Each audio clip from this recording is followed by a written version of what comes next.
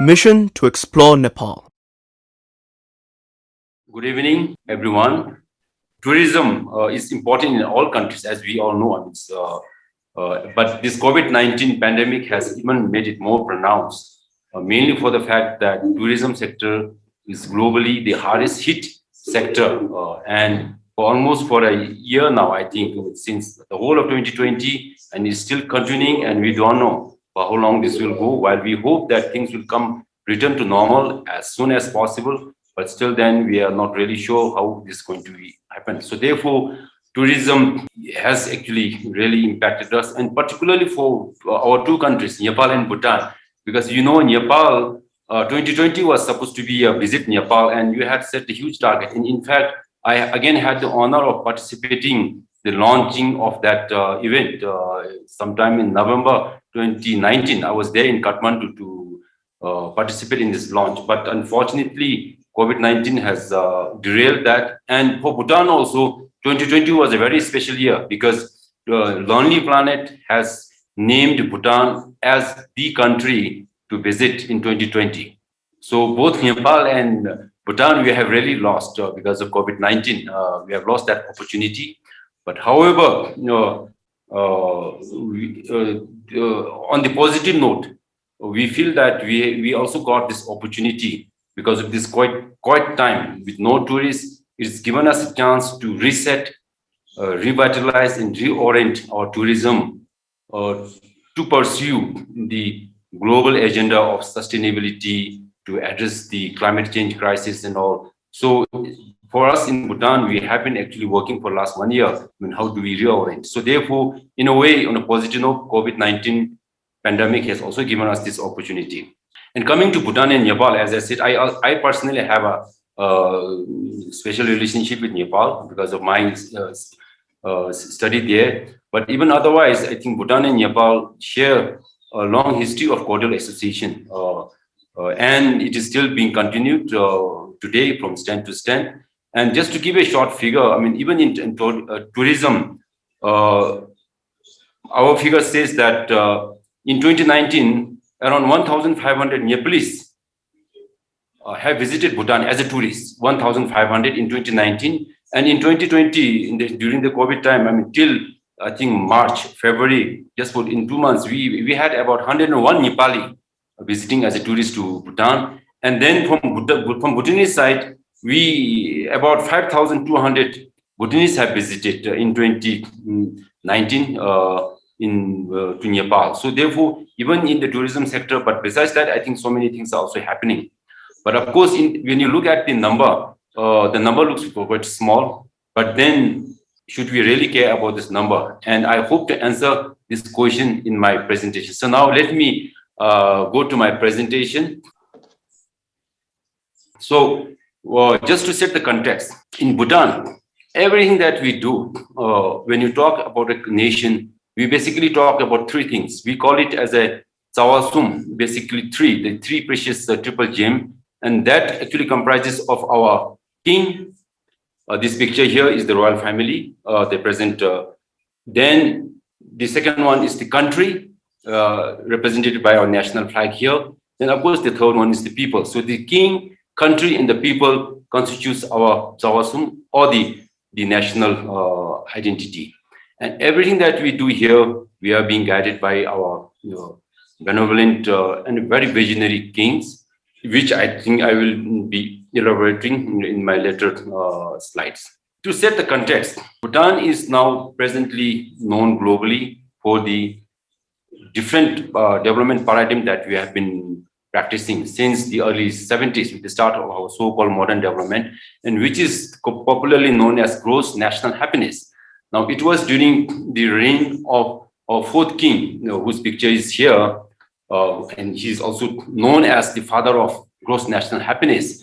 Now, it was during his reign and our Majesty, the fourth king, who said that gross national happiness should be actually principal yardstick to measure the progress in the place of gross domestic product, which is the conventional, the globally, I mean, that is the measure that takes our development of progress.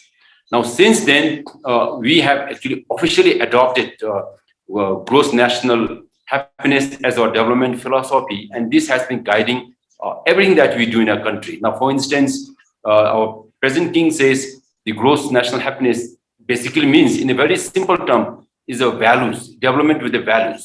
And of course, if you go into the science of gross national happiness, it is science in itself. Now, many a time, those people, I mean, they say, it could be just a rhetoric, it could be just an abstract thing when you talk about gross national happiness. But we have a science, a very advanced science in this. We actually measure the happiness from the development intervention that we do. Of course, these are some details. We have 4 pillars, we have 9 domains, we have 33 indicators, we have 123 variables. So with all this combined together, we can measure the happiness that is being contributed through our development initiatives. And in other words, basically, again, in a very simple term, gross national happiness would basically mean it is a balance. We don't want to pursue just the economic development. To get an economic development, equally, the other non-material, the intangible development goals, those are the things that we will be pursuing through this principle. Now, globally, gross national happiness has now spread, actually. We know that since 2011, the third SDG goal, good health and well-being, was actually proposed by Bhutan delegation in UN. And through this UN resolution, this was adopted as one of the SDG goals. And then in 2012, again, as proposed by Bhutan delegation in the UN, the March 20, since then, has been adopted as the International Day of Happiness. And then other countries, like for instance, the United Arab Emirates, also, they also started to have a ministry for happiness. They have a happiness minister. And of course, some other countries, like even in our neighboring country, in one of the states in India, they also have a happiness minister. And in Bhutan itself, our planning ministry is actually named as Gross National Happiness Commission, and which is headed by a government secretary. And we have a series of, Bhutan has been leading a series of Gross National Happiness global conferences. And now lately, we also started to have a Gross Global Happiness conferences being organized by some other organization. So the happiness agenda is being now going global. Now coming to tourism, which is my specific topic. Now I had to set this topic because our tourism policy, or in other words, the tagline for tourism, Bhutan tourism, is happiness is a place. So it is, happiness is very much inbuilt in the tourism policy itself. Is the market, is the tagline, is the happiness is a place. And also I just wanted to clarify here, when we talk about happiness, whether it is gross national happiness or tourism happiness is a place, we are not saying Bhutan is the happiest place. We are not saying all Bhutanese are happy. We are not saying we have achieved happiness. We are basically saying happiness is something that we want to pursue. All human beings, including Bhutanese, that is the ultimate thing that we want to pursue. So just wanted to clarify, we are not saying, we are definitely not the happiest country.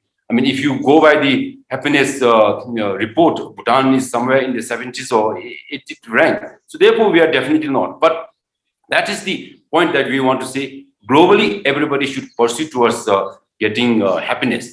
So therefore, our tourism policy is very much grounded and guided by gross national happiness. And for that matter, any policy that we adopt in our country has to be guided by gross national happiness development philosophy. And in fact, any new policy has to be screened through happiness screening tool. So if that policy, a new policy that is being proposed, doesn't pass that gross national happiness screening test, the policy will be not approved. So any policy intervention that we have, it has to pass through this. So similarly, our tourism policy is also very much guided and grounded in the happiness. Now, this is a statement, a quote from Our Majesty, basically saying that it was the prescient visionary decision of our fourth king in the early 70s when tourism just started. Our tourism started in the early 70s. When tourism started, it was Our Majesty, the fourth king's prescient and visionary vision to adopt this policy as high value, low volume. Now, high value, low volume has been guiding our tourism for the last 50 years. Now, in fact, this year, on the 1st December 2021, we will be celebrating 50 years of tourism in our country. And for the last 50 years, we have been guided by this policy And just to make it clear, what it meant was that during in the early 70s, when this decision was being made, our Majesty was under, kind of a pressure, I would say, from his peer or from his advisors, or the neighboring countries, that maybe Bhutan should also open up. And because when you open up tourism, when you allow, there's no restrictions, no, then the revenue is definitely going to be attractive. But despite that, our Majesty made this very strong and decisive decision, saying that for Bhutan to go forward in the long run, this is the policy. And today we feel we are so blessed. With that decision, had Bhutan could have gone other way. Actually, we could have not had this policy. But then, thanks to our Majesty, as I said, fourth king, we had this vision of His Majesty, the leadership, and since then we are still continuing. So today we are so grateful, and from going forward, of course, there's no question that this policy will continue to eternity. Now, this is just a graphic presentation. We are the gross national happiness in the top. Then we have high value, low volume. Now, high value, what we mean is basically here we want to ensure our tourists, whatever they're getting, they get the best of the services, and also at a premium price. Which again I will be elaborating later on. Then on the low volume side, we are basically talking about the sustainability. We want to ensure that whatever tourists that we are coming here, we are able to take care of it. It would depend on our carrying capacity. We don't want to have a tourist that we are not able to manage, because high value basically have to ensure that our tourists gets best of the best experience. They should not be going complaining that, okay, we didn't have a good time. So these are actually very interrelated. So therefore, high value, low volume. So finally, this will converge in the brand Bhutan, and then of course happiness at the end. Now, again, when I say this, have we achieved high value? Definitely not. This is again a pursuit. We are not saying all tourists that come to Bhutan, they go happy. Maybe there are some tourists who are not getting the best of the services. So there could be some tourists, but majority of tourists, we feel they're going happy. And that is our pursuit. So again, I want to clarify, we are not saying that any tourists that have come to Bhutan, they have gone as a happy tourist. Definitely, I'm not saying that. But our policies, we want to achieve this. So this is in a gist about this policy. Now, what are the underlying principles of this high value, low volume? Now, our tourism policy vision, the vision of our tourism policy says Bhutan as a destination should be green, sustainable, inclusive, viable, and high value. So this is the vision of our tourism policy that we want to pursue. Now, these are some points that contributes towards the high value, low volume. Like basically, we are talking about happiness of the citizens, we as a host, and also as a tourist. It's not just the happiness of the tourist again. We are talking about happiness of our own citizen also as a host. We are surely talking about sustainability. That has been actually the underlying principle for adopting this policy of high value, low volume. Sustainability, inclusive and equitable. Within the host here. Every citizen should be getting benefits from this tourism. But of course, again, we have not achieved 100%. We are pursuing this. Then, of course, the culture and environment preservation and promotion. That is, again, a very strong element of this high value, low volume. And also, more importantly, the tourists, that it has to be immersive, for them experience. And also the tourists that we want to target. We don't want to, again, have any tourists that here. We want whoever comes here as far as possible, mindful, responsible tourists. We also, since our policy says this, if we are not able to filter out, of course, we may not be again able to do 100% filtering, but then our policy basically says we also want to make sure that what type of tourist comes to our country. It is not totally an open door policy here. Now, quality over quantity, Ms. Rachna was talking about this. Definitely, when you talk about this, we are talking about avoiding mass tourism, over tourism, which has been now been a big issue just pre-COVID. And more importantly, because of the gross national happiness development philosophy, tourism policy is also, it goes beyond revenue and receipts. While if we totally open up, and of course, we could had a short-term, very quick for revenue or fortune, but that is something not our policy. While we also want to make money through high value, low volume. But at the same time, we totally don't want to sacrifice the other components of the happiness. Of course, then the more recent model, the economic model in tourism is less is more, and which actually is being taken care by our policy. Now, this is the crux of the high value, low volume. Now, high value, low volume, how do we operationalize this? We operationalize this mainly because of this a very unique tourist system, and we believe maybe we are the only country, but I could be wrong. But as far as my knowledge is concerned, we could be the only country. There are two things. One is any tour that comes to Bhutan has to be pre-arranged through a Bhutanese tour operator. Of course, we have our counterpart tour operators in other countries. We know that there are many tour operators in Nepal that work with our tour operators here, similar in other countries. But the basic condition is you have to pre-arrange. You just cannot walk in or just decide tomorrow and I want to come here. Of course, we want to facilitate this, but basically it has to be pre-arranged. You have to have a counterpart kind of a ground handler here in the country. Then second is you have to pay a minimum set by the government, a prepaid cost for tourist visa. Of course, now this is one big misconception. People think that whatever they're paying is just for the visa, and which is not. As of now, the minimum daily package rate, which we call for one tourist, it is $250. But it's of course there are some details, but just for the understanding here for this group, $250 per day per person. Now, with this prepayment and other criteria fulfilled, visa will be issued. So then now they can come. No, depending upon the criteria agreed between the tour operators and their operators. And with this fees, they will be taken care of everything actually. Their accommodation, minimum of 3-star, their meals, their transport, their also a dedicated full-time guide, tour guide. And, so these are the basic things that will be taken care by this $250. So this actually I have already talked about. The tour arrangement process that we need to have an overseas tourist agent, Bhutanese tour operator, then process for visa, then of course. So this is the process here. So this is the minimum daily package I just talked about. Now this $250 also include this sustainable development fee of $65 per person per day is what we call as sustainable development fee. This basically goes directly to the government for the sustainable development initiatives of the country. That fees goes directly there. I mean, then the balance, of course, this will be taken care by the tour operators and to meet these various expenses.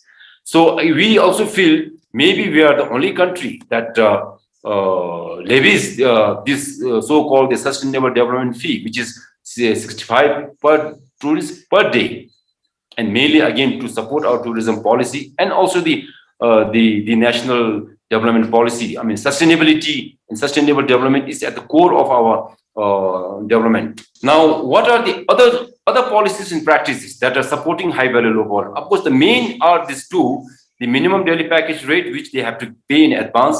It has to be pre-arranged, and also that part also, this includes the sustainable development fee. That is the core part of the high value low volume. But there are other policies and practices that supports this policy. For instance, our constitution mandates 60% of our forest cover for all times. And as of today, we have 72% of our country is under forest. And because of that, today, Bhutan is the only carbon negative country in the world.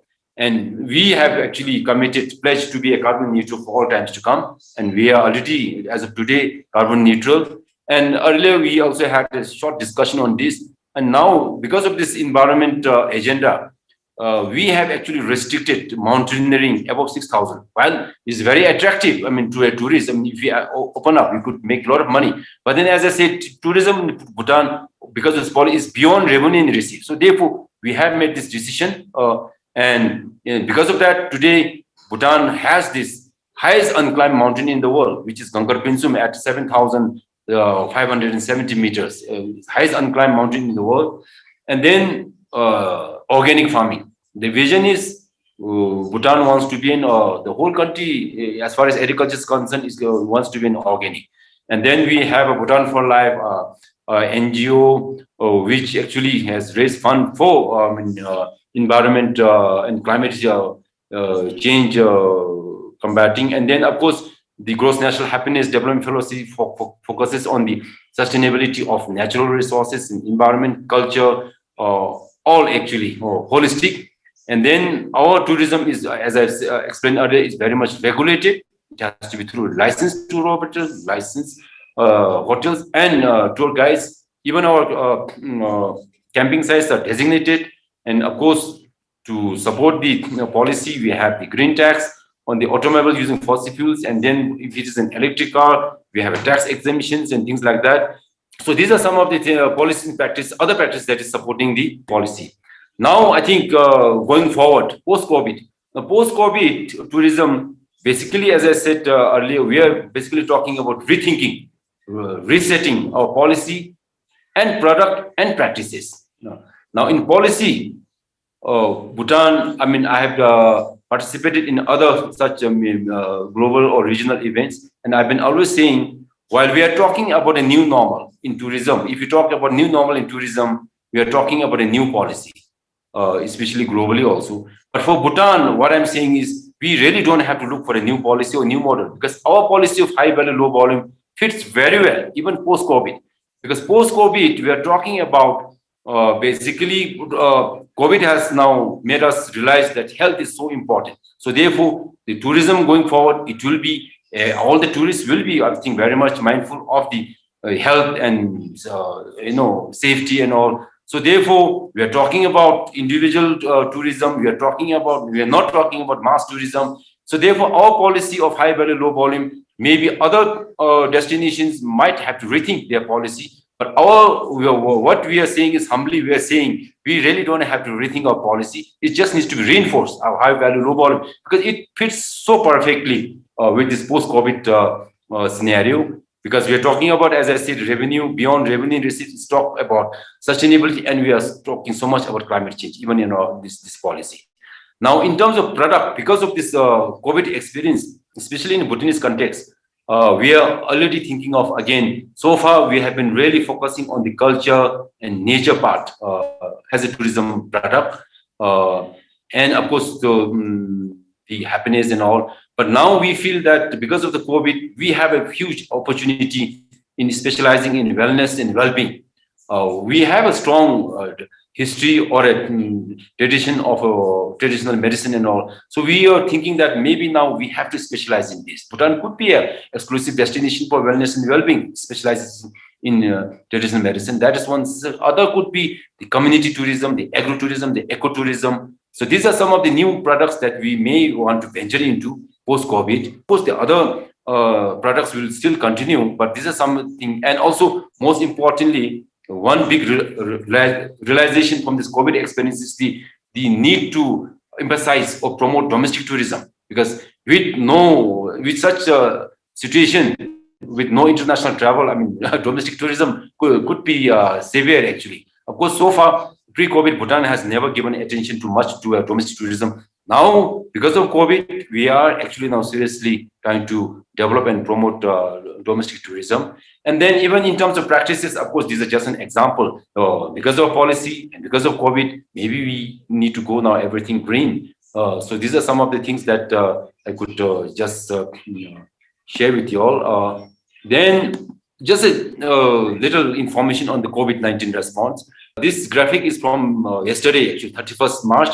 And as of 31st March, we have only 3 active COVID cases. This is the total that has been 873. We have had just 1 death related to COVID-19. And then presently we are, since 27th March, we are on the nationwide vaccination program. And as of yesterday, we have completed around 394,765 people vaccinated.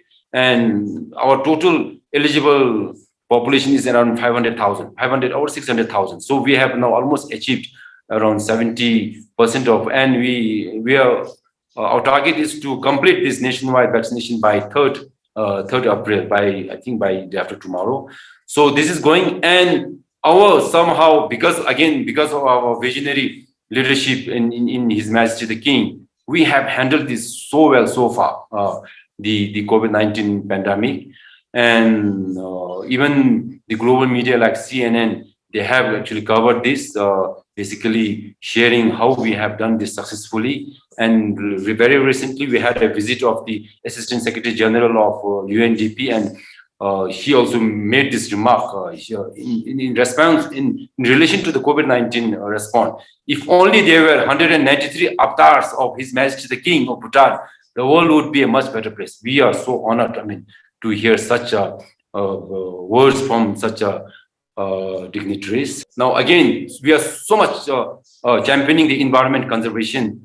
This is one event that is coming up. In fact, this was supposed to be done in 2020 October. Because of COVID, this has been pushed back. Now we are actually preparing for this October, the snowman race. And this is supposed to be the ultimate race for climate action.